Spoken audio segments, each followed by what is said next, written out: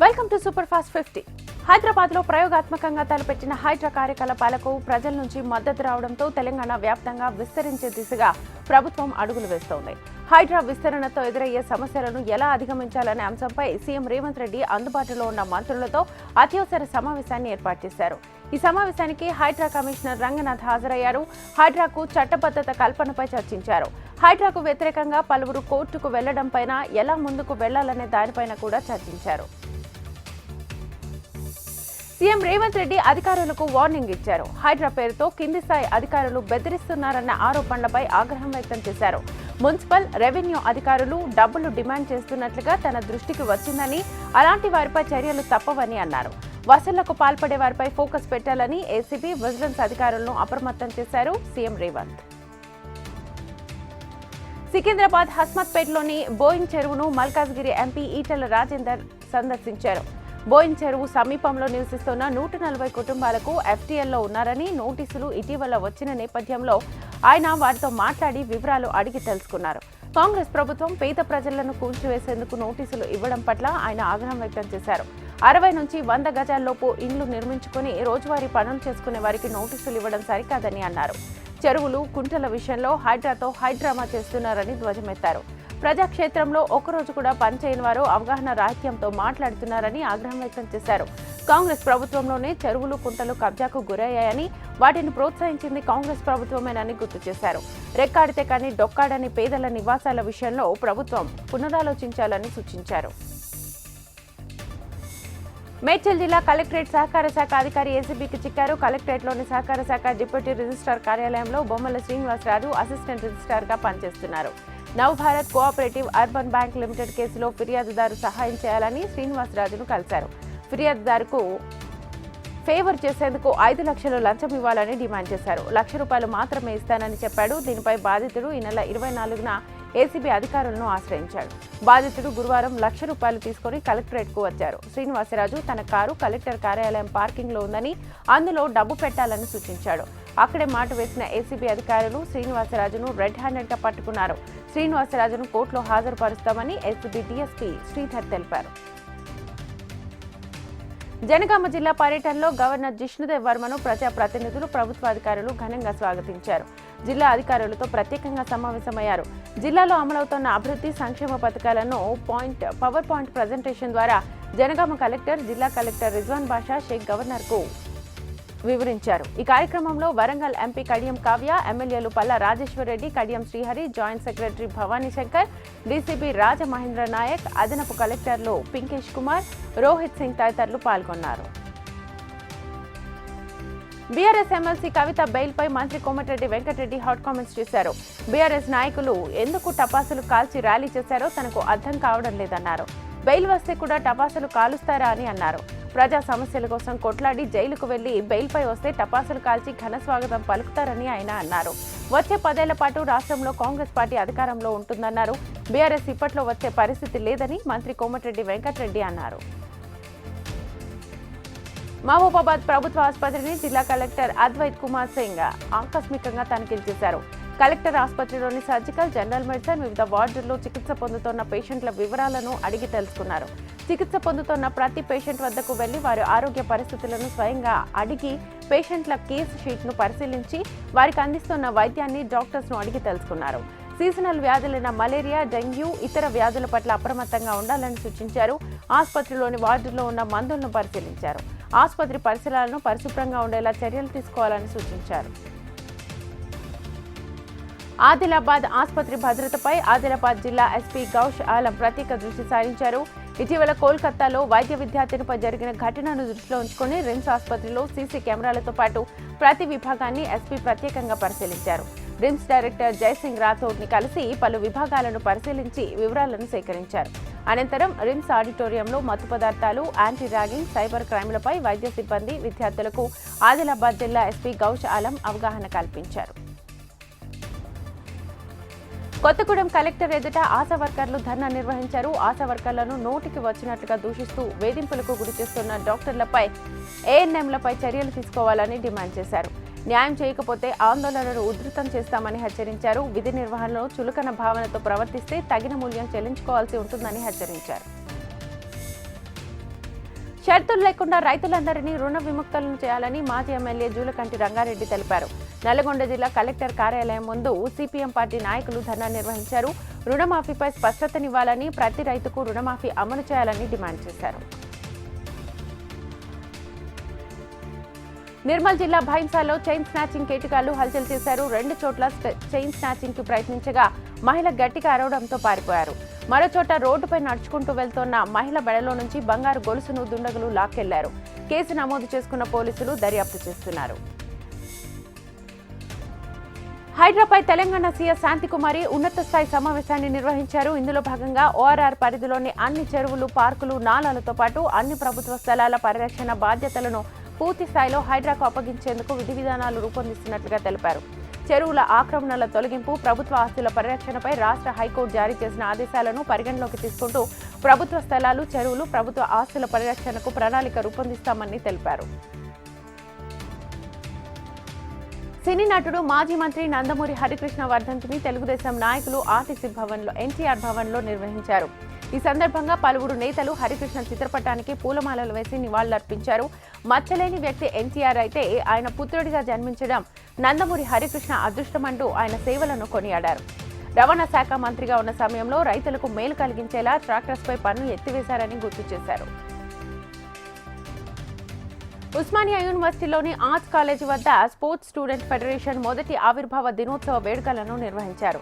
ప్రథమ వార్షికోత్సవం సందర్భంగా ఆ ఫెడరేషన్ చైర్మన్ జెండాను ఆవిష్కరించి కేక్ కట్ చేశారు. రాష్ట్రంలోని ప్రభుత్వ హైస్కూల్స్ లో పీఈటీ పోస్టులను ప్రభుత్వం రిలీజ్ చేయాలని ఈ సందర్భంగా కోరారు. స్పోర్ట్స్ యూనివర్సిటీని ఏర్పాటు చేస్తామన్న ప్రభుత్వ ప్రకటనను స్వాగతిస్తూ కృతజ్ఞత సైకిల్ ర్యాలీ చేపడతామన్నారు.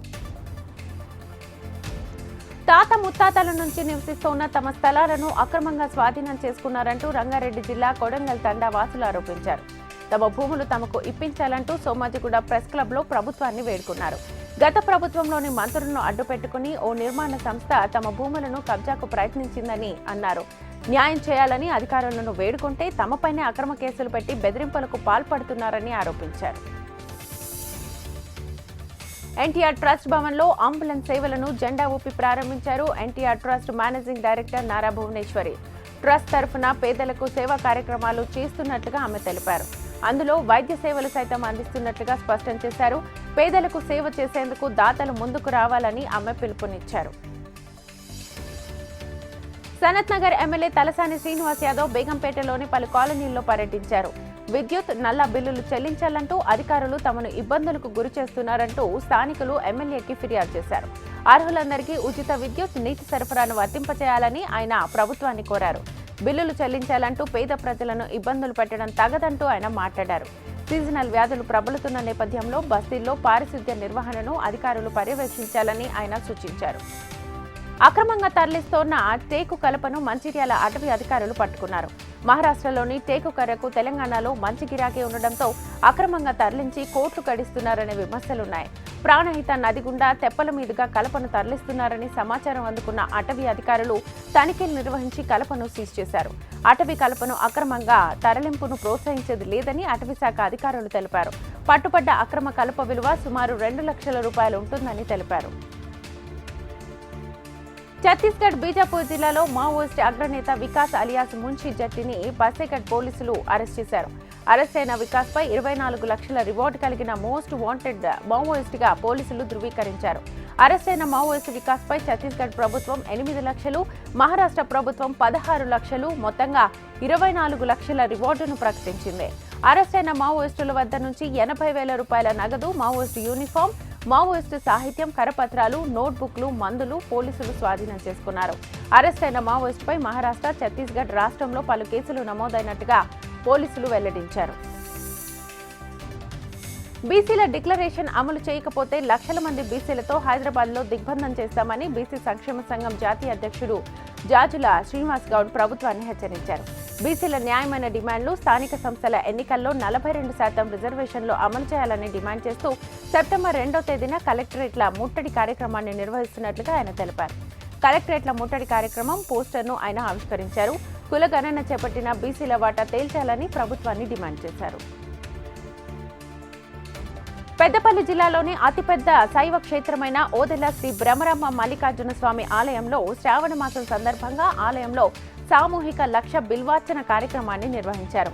లక్ష బిల్వార్చన సందర్భంగా ఆలయంలో వేద పండితులు ఉదయం నుంచే ప్రత్యేక పూజలు, అభిషేకాలు తదితర కార్యక్రమాలు నిర్వహించారు. గణపతి పూజ, గౌరీ పూజ, పుణ్యాహవచనం, బిందతీర్థం, హోమాలు నిర్వహించారు. 200 జంటల చేత బిల్వపత్రితో సామూహిక లక్ష బిల్వార్చన కార్యక్రమాన్ని నిర్వహించారు. స్వామివారిని అలంకరించి మహాహారతినిచ్చారు. పూజా కార్యక్రమాల అనంతరం భక్తులకు అన్నదాన ప్రసాద వితరణ చేశారు. నిర్మల్ పరిసరాల్లోని మద్యం దుకాణాల్లో వరుస దొంగతనాలకు పాల్పడుతోన్న ముఠాను పోలీసులు పట్టుకున్నారు.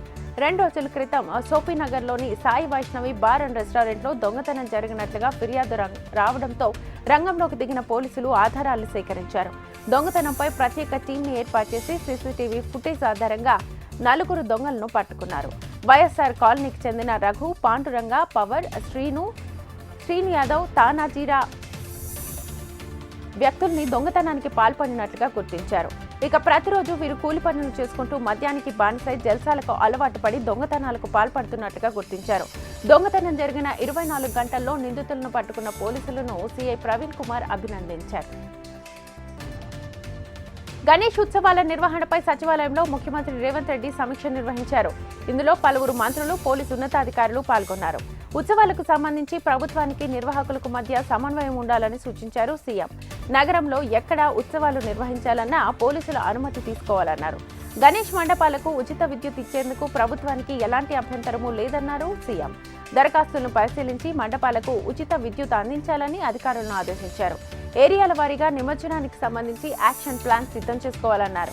అన్ని విభాగాల అధికారులు సమన్వయంతో పనిచేయాలన్నారు సీఎం. తెలంగాణలో డిజాస్టర్ మేనేజ్మెంట్ వ్యవస్థను బలోపేతం చేస్తామన్నారు మంత్రి పొంగులేటి శ్రీనివాసరెడ్డి. విపత్తులు సంభవించినప్పుడు వాటిని తట్టుకుని ప్రాణ, ఆస్తి నష్టం తగ్గించడానికి వ్యవస్థను బలోపేతం చేస్తున్నామన్నారు మంత్రి.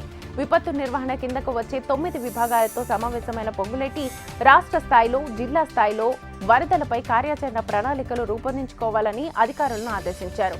గోదావరి, కృష్ణా పరివాహక ప్రాంతాల్లో వరద ముప్పును తగ్గించుకోవడానికి అవసరమైన ప్రణాళికలను తయారు చేయాలని సూచించారు. రాష్ట్ర స్థాయిలో డిజాస్టర్ మేనేజ్మెంట్ తరఫున ఒక టోల్ ఫ్రీ నంబర్ను ఏర్పాటు చేయాలన్నారు మంత్రి. మానవ అక్రమ రవాణా నివారణ కోసం చేపట్టాల్సిన చర్యలపై తెలంగాణ సర్కార్ దృష్టి సారించింది. ఈ మేరకు హైదరాబాద్ హెచ్ఐసిసిలో తెలంగాణ ఉమెన్ సేఫ్టీ వింగ్ ఆధ్వర్యంలో సదస్సు నిర్వహించారు. ఈ కార్యక్రమంలో మంత్రి Seethakka, DCP women safety wing DG, Cyberabad CP పాల్గొన్నారు. తెలంగాణలో మహిళలు, పిల్లలు స్వేచ్ఛగా జీవించేలా పోలీస్ శాఖ పనిచేస్తోందని మంత్రి సీతక్క హామీ ఇచ్చారు. మహిళల పట్ల చిన్నచూపు కొనసాగుతుండడమే హత్యలు, అత్యాచారాలకు కారణమవుతుందని ఆమె అభిప్రాయపడ్డారు. శిక్షణ 2 ఏకకాలంలో జరిగితే నేరాలు తగ్గుముఖం పడతాయన్నారు. మహిళలను సెక్స్ సింబల్ గా చూసే ధోరణి పోవాలన్నారు. అందుకే పాఠశాలల నుంచి పిల్లలకి అవగాహన కల్పిస్తున్నామన్నారు మంత్రి. గిరిజన తండాల్లో సౌకర్యాలు లేక విద్యకు దూరంగా ఉన్న వారి పట్ల రాష్ట్ర ప్రభుత్వం ప్రత్యేక శ్రద్ధ తీసుకుంటుందన్నారు మంత్రి పొన్నం ప్రభాకర్. సిద్దిపేట జిల్లా హుస్నాబాద్లో జరిగిన గిరిజనుల తీజ్ ఉత్సవాల్లో ఆయన పాల్గొన్నారు. కాసేపు గిరిజన మహిళలతో కలిసి నృత్యాలు చేసి అలరించారు. ఇందిరాగాంధీ తెచ్చిన రిజర్వేషన్లతోనే గిరిజనులు అనేక ఉద్యోగ, ఉపాధి అవకాశాలు పొందారని గుర్తు చేశారు పొన్నం. మారుమూల ప్రాంతాల్లోని గిరిజనుల సమస్యలకు ప్రభుత్వం దృష్టి తీసుకురావాలని కోరారు. భద్రాద్రి కొత్తగూడెం జిల్లా పాల్వంచలో సమగ్ర శిక్ష ఉద్యోగులు నిరసన దీక్షకు దిగారు. ఉద్యోగ క్రమబద్ధీకరణ, విద్యాశాఖలో విలీనంపై ప్రభుత్వం న్యాయం చేయాలని డిమాండ్ చేశారు. గత సంవత్సరం సమ్మె చేస్తున్న నేపథ్యంలో సమగ్ర శిక్ష ఉద్యోగులను రెగ్యులర్ చేస్తామని, మినిమం టైం స్కేల్ ఇస్తామని రేవంత్ రెడ్డి ఇచ్చిన హామీని గుర్తు చేసుకున్నారు. కాంట్రాక్ట్ ఉద్యోగులుగా శ్రమ దోపిడీకి గురవుతున్నామని ఆవేదన వ్యక్తం చేశారు. 61 సంవత్సరాలు నిండిన వారిని ఎలాంటి ప్రయోజనాలు లేకుండా విధుల నుంచి నిర్దాక్షిణ్యంగా తొలగిస్తున్నారని ఆవేదన వ్యక్తం చేశారు. సమస్యలను పరిష్కరించకపోతే సమ్మె చేపడతామని హెచ్చరించారు.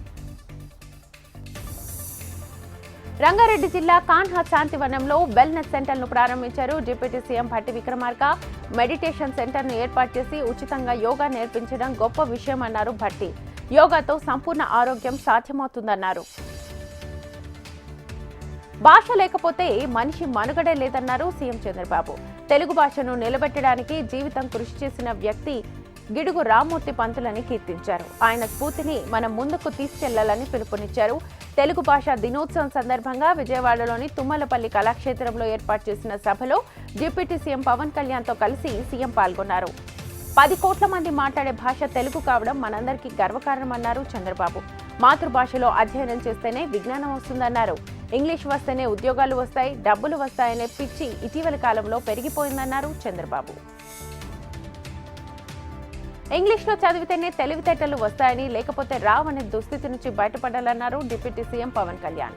ఇంగ్లీష్ అవసరమే, కానీ తెలుగును నిర్లక్ష్యం చేయకూడదన్నారు.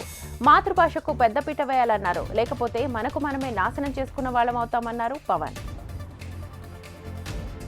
90 రోజుల్లో సిఆర్డీఏ కార్యాలయ నిర్మాణాన్ని పూర్తి కావాలని అధికారులను ముఖ్యమంత్రి చంద్రబాబు ఆదేశించారు. సిఆర్డీఏపై సమీక్షా సమావేశం నిర్వహించిన ఆయన ఆర్టిఫిషియల్ ఇంటెలిజెన్స్ సిటీగా అమరావతిని తీర్చిదిద్దాలని దిశానిర్దేశం చేశారు. గత టీడీపీ హయాంలో తలపెట్టిన హ్యాపీయెస్ట్ ప్రాజెక్టును పూర్తి చేసి గతంలో బుక్ చేసుకున్న వారికే ఇవ్వాలని నిర్ణయించారు. విశాఖ, విజయవాడ మెట్రోలు పూర్తి చేయాలని సీఎం ఆదేశించినట్లుగా మంత్రి నారాయణ తెలిపారు. అమరావతిలో ఇంకా 3,550 ఎకరాలు సేకరించాల్సి ఉందని మంత్రి నారాయణ తెలిపారు. ఓ తెలుగు దినపత్రికపై వేసిన పరువు నష్టం దావా కేసులో మంత్రి నారా లోకేష్ విశాఖ జిల్లా కోర్టుకు హాజరయ్యారు. డిఫమేషన్ కేసులో కోర్టులో క్రాస్ ఎగ్జామినేషన్ జరగ్గా లోకేష్ హాజరయ్యారు. 2019 అక్టోబర్ 22న చిన్నబాబు చిరుతిండి 25 లక్షలు అండి అనే శీర్షికతో ఓ దినపత్రిక కథనం ప్రచురించింది. తప్పుడు వార్తలతో తన పరువుకి భంగం కలిగించారని లోకేష్ 75 కోట్లకు డిఫమేషన్ కేసు వేశారు. క్రమశిక్షణతో పనిచేసి రాష్ట్ర అభివృద్ధికి కృషి చేస్తున్నామన్నారు లోకేష్. వైసీపీ పాలనలో విశాఖ భూ కుంభకోణంపై ప్రభుత్వం చర్యలు సీరియస్ గానే ఉంటాయని ఆయన హెచ్చరించారు. రెడ్ బుక్ లో ఉన్న లిస్ట్ మీద చర్యలు ఉంటాయన్నారు లోకేష్. వినాయక చవితి ఉత్సవాలు సింగిల్ విండో విధానంలో అనుమతులు ఇస్తున్నామని హోంమంత్రి అనిత వెల్లడించారు. మొబైల్ ఫోన్ ద్వారా ఉత్సవాలకు అనుమతులు పొందవచ్చునన్నారు. యాప్లో ఉత్సవాలకు సంబంధించి వివరాలు పెట్టిన తర్వాత అన్ని విభాగాల అధికారులు పరిశీలిస్తారని తెలిపారు. ఉత్సవాల్లో ఎలాంటి అవాంఛనీయ ఘటనలు జరగకుండా పోలీసులు చర్యలు తీసుకుంటారని తెలిపారు. విశాఖలోని సర్క్యూట్ హౌస్లో వినాయక చవితి ఉత్సవాల అనుమతిపై సింగిల్ విండో పోర్టల్ను అనిత ప్రారంభించారు. రాజ్యసభ ఎంపీల పార్టీ మార్పుపై మాజీ మంత్రి కాకాని గోవర్ధన్ రెడ్డి ఆగ్రహం వ్యక్తం చేశారు. అధికార పార్టీ చూపిన ప్రలోభాలకు లోబడి పార్టీ మారే వ్యక్తుల వల్ల వైసీపీకి వచ్చే నష్టమేమీ లేదన్నారు.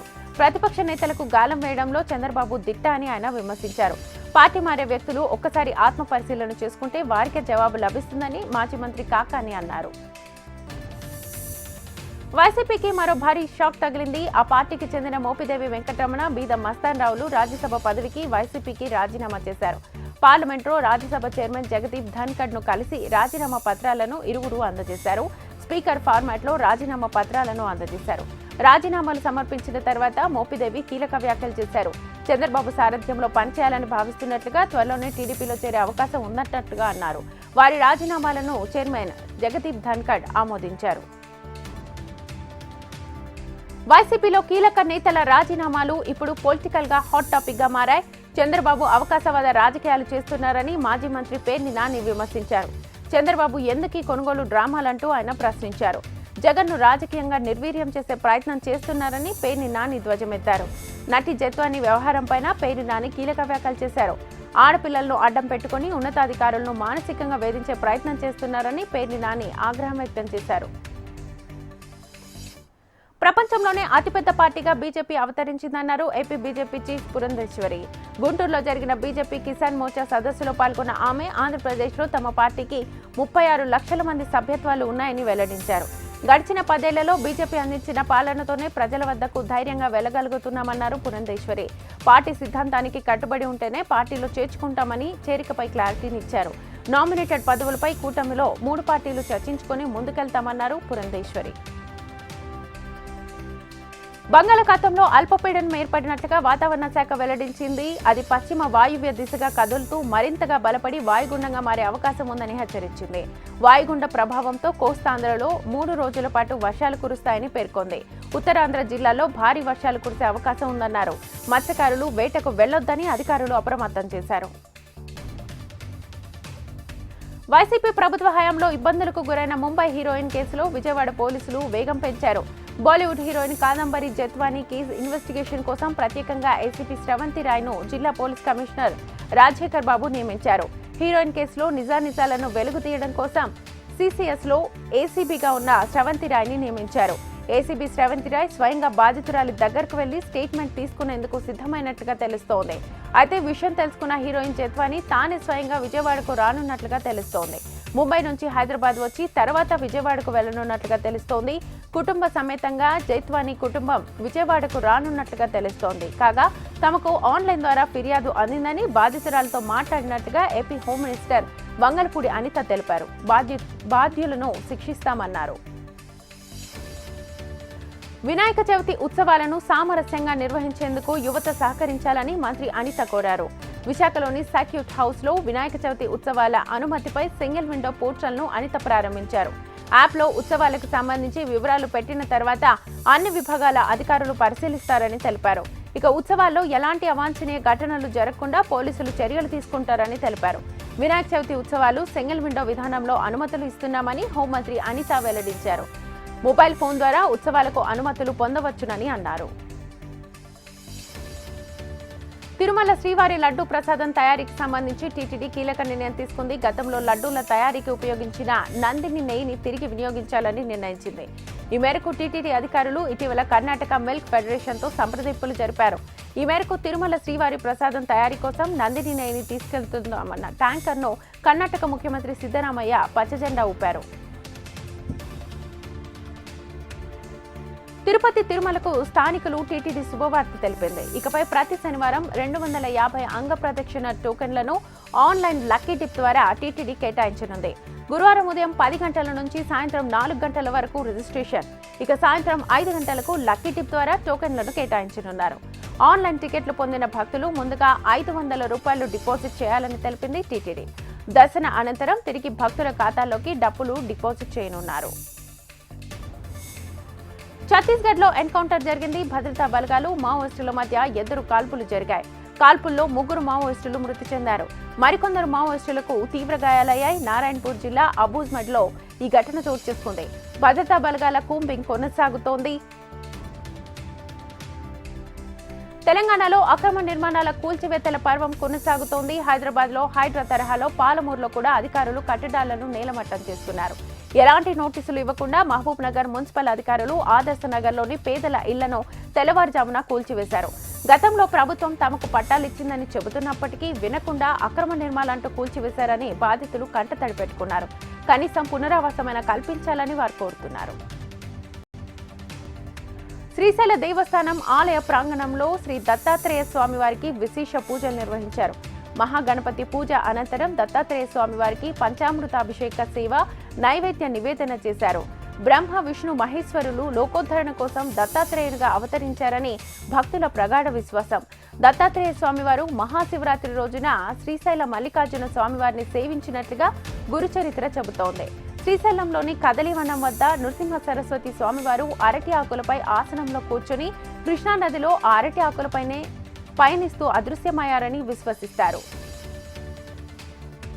భ్రమరాంబ సమేత మల్లికార్జున స్వామి క్షేత్రం శ్రీశైలంలో స్వర్ణ రథోత్సవం కన్నుల పండుగగా జరిగింది.